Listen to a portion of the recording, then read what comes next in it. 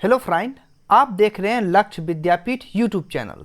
आज है दिनांक 30 अक्टूबर 2020 और मैं आप लोग के लिए 30 अक्टूबर 2020 का करंट अफेयर लेके आया हूं। तो वीडियो के लास्ट तक देखिएगा और एक एक प्रश्न और उसके ऑप्शन और उसके व्याख्या को अच्छे से पढ़िएगा और समझिएगा। अगर आप लोग को पीडीएफ फाइल चाहिए करंट अफेयर का तो नीचे डिस्क्रिप्शन में जाइएगा और वहां से आप लोग पीडीएफ फाइल को डाउनलोड कर लीजिएगा। और अगर आप लोग को किसी दूसरे दिन के पीडीएफ फाइल चाहिए करंट अफेयर का तो वो भी आप डिस्क्रिप्शन में जाके वहाँ पे व्हाट्सएप ग्रुप का लिंक दिया हुआ है, उस ग्रुप में आप मैसेज कर दीजिएगा और आपको जिस दिन का भी करंट अफेयर का पीडीएफ फाइल चाहिए वहाँ से आप लोग को प्रोवाइड करा दिया जाएगा। तो चलिए बढ़ते हैं आज के पहले प्रश्न की ओर। पहला प्रश्न है देश को भारत से फ्लैश फ्लड गाइड सेवा प्राप्त नहीं होंगी। इंपॉर्टेंट प्रश्न है, अच्छे से प्रश्न को पढ़िए और उसके ऑप्शन को भी अच्छे से आप लोग पढ़िए। तो पहला ऑप्शन है उत्तर कोरिया, दूसरा है चीन, तीसरा है पाकिस्तान और चौथा है अफगानिस्तान। तो इसका राइट आंसर होगा ऑप्शन नंबर डी, अफगानिस्तान। आइए अब इसके व्याख्या को समझते हैं। व्याख्या समझना काफ़ी ज़्यादा इम्पोर्टेंट है। अगर आप व्याख्या को अच्छे से समझते हैं तभी आपके लिए हेल्पफुल होगी ये प्रश्न। तो अफगानिस्तान को भारत द्वारा शुरू की गई अपनी तरह की पहली अचानक आने वाली बाढ़ से जुड़ी मार्गदर्शन सेवाएं प्रदान नहीं की जाएगी। तो इस व्याख्या को आप लोग याद रखिएगा। बढ़ते हैं अगले प्रश्न की ओर। अगला प्रश्न है अटल इनोवेशन मिशन, जिसका शॉर्ट फॉर्म होता है AIM यानी अटल इनोवेशन मिशन। याद रखिएगा इसको। तो AIM ने के साथ मिलकर ISE हैकथॉन लॉन्च किया है। तो चार ऑप्शन है अमेरिका, ऑस्ट्रेलिया, जापान और अफगानिस्तान। तो राइट आंसर होगा ऑप्शन नंबर बी, ऑस्ट्रेलिया। तो इसको याद रखिएगा। आइए इसका व्याख्या समझते हैं। AIEM यानी अटल इनोवेशन मिशन CSIRO के साथ मिलकर सर्कुलर अर्थव्यवस्था पर 2 दिवसीय Bharat Australia circular economy hackathon ISCE आयोजित करने जा रहा है। तो इस व्याख्या को आप लोग याद रखिएगा। बढ़ते हैं अगले प्रश्न की ओर। अगला प्रश्न है हाल ही में अंतरिक्ष संगठन ने चंद्रमा की सूरज की सतह पर पानी की खोज की है। तो चार ऑप्शन है। पहला है DRDO, JAKSA, ISRO और NASA यानी नासा। तो आइए इसका राइट आंसर जानते हैं। राइट आंसर होगा ऑप्शन नंबर डी, NASA यानी नासा इसका राइट आंसर होगा। याद रखिएगा आप लोग इसको। इसका व्याख्या समझते हैं। नासा के इंफ्रारेड एस्ट्रोनॉमी, जिसको SOFIEA के इसका शॉर्ट फॉर्म होता है, तो स्ट्रेटोस्फेरिक वेधशाला ने पहली बार चंद्रमा की सूरज की सतह पर पानी की उपस्थिति की पुष्टि की है। तो इस व्याख्या को आप लोग अच्छे से समझिएगा और उसको याद रखिएगा। इस टाइप के प्रश्न एग्जाम में पूछे जाते हैं, तो इस प्रश्न को आप लोग अच्छे से देख लीजिएगा। बढ़ते हैं अगले प्रश्न। अगला प्रश्न है भारत का पहला केंद्र शासित प्रदेश बन गया है जिसने जिला स्तर पर सार्वजनिक वित्तीय प्रबंधन प्रणाली, जिसका शॉर्ट फॉर्म होता है PFMS के संचालन को शुरू किया है। तो इनके भी चार ऑप्शन हैं, गोवा, दिल्ली, चंडीगढ़ और जम्मू कश्मीर। तो ऑप्शन नंबर डी राइट होगा, जम्मू और कश्मीर। तो याद रखिएगा आप लोग इसको। आइए इसका व्याख्या समझ लेते हैं। जम्मू और कश्मीर भारत का पहला केंद्र शासित प्रदेश बन गया है जिसने जिला स्तर पर सार्वजनिक वित्तीय प्रबंधन प्रणाली यानी PFMS के संचालन को शुरू किया है।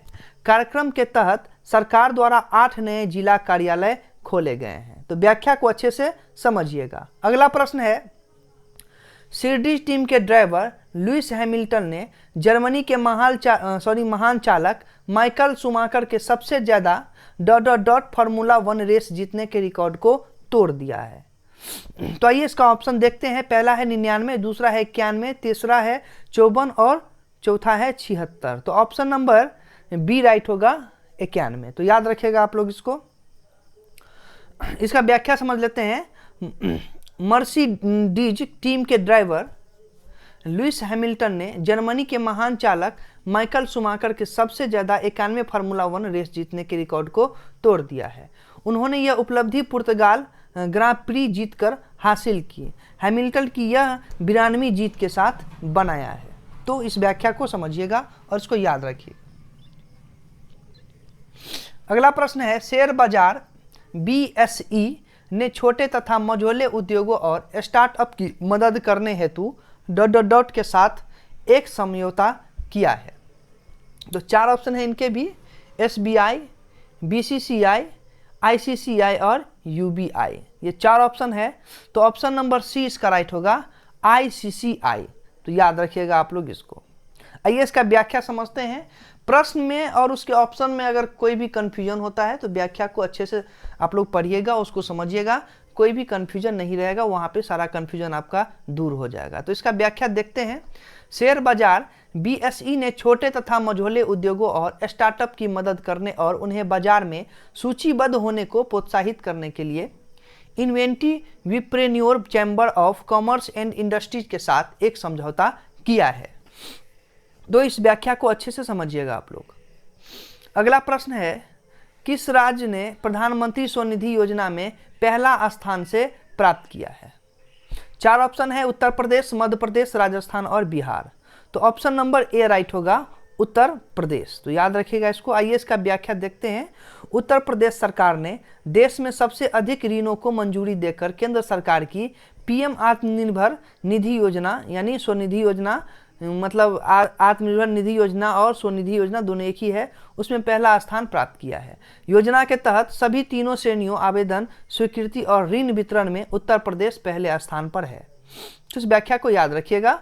अगला प्रश्न है, भारतवंशी वैवेल राम कलावन को ... का नया राष्ट्रपति चुना गया है, यानी किस देश का नया राष्ट्रपति चुना गया है? तो 4 ऑप्शन है, ब्राजील, सेशेल्स, अमेरिका, श्रीलंका। तो ऑप्शन नंबर बी राइट होगा, सेशेल्स। याद रखिएगा आप लोग इसको, इंपोर्टेंट प्रश्न है।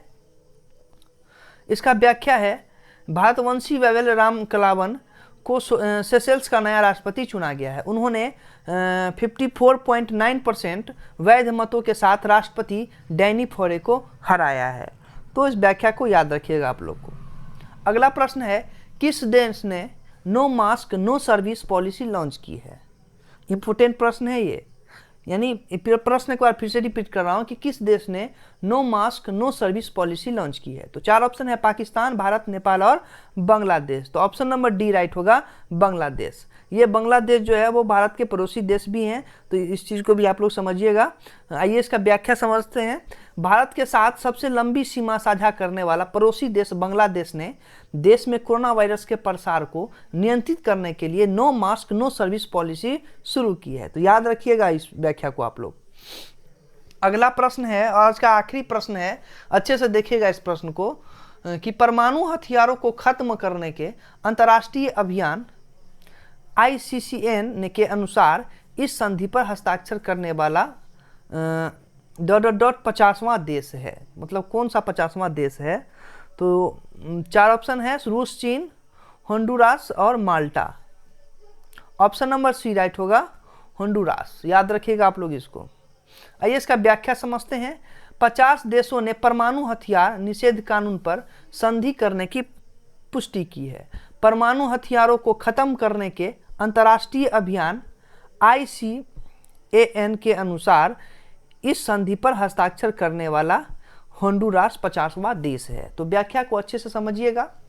तो आज के वीडियो में 10 प्रश्न थे। उम्मीद है आप लोग के लिए जरूर हेल्पफुल होगा ये प्रश्न। आप लोग अच्छे से तैयारी कीजिएगा। अगर आप लोग किसी भी सरकारी एग्जाम की तैयारी कर रहे हैं तो प्रश्न को अच्छे से पढ़िएगा और अच्छे से तैयारी कीजिएगा। और अगर आप लोग को PDF फाइल चाहिए, मैंने पहले भी बता दिया है आप लोग को कि PDF फाइल चाहिए तो नीचे डिस्क्रिप्शन में जाइएगा और वहाँ से PDF फाइल को डाउनलोड कर लीजिएगा और अपने दोस्तों को भी शेयर कर दीजिएगा। तो चलिए मिलते हैं नेक्स्ट वीडियो में। अगर आप लोग को वीडियो अच्छी लगी हो तो वीडियो को लाइक और चैनल को सब्सक्राइब आप लोग ज़रूर कीजिएगा।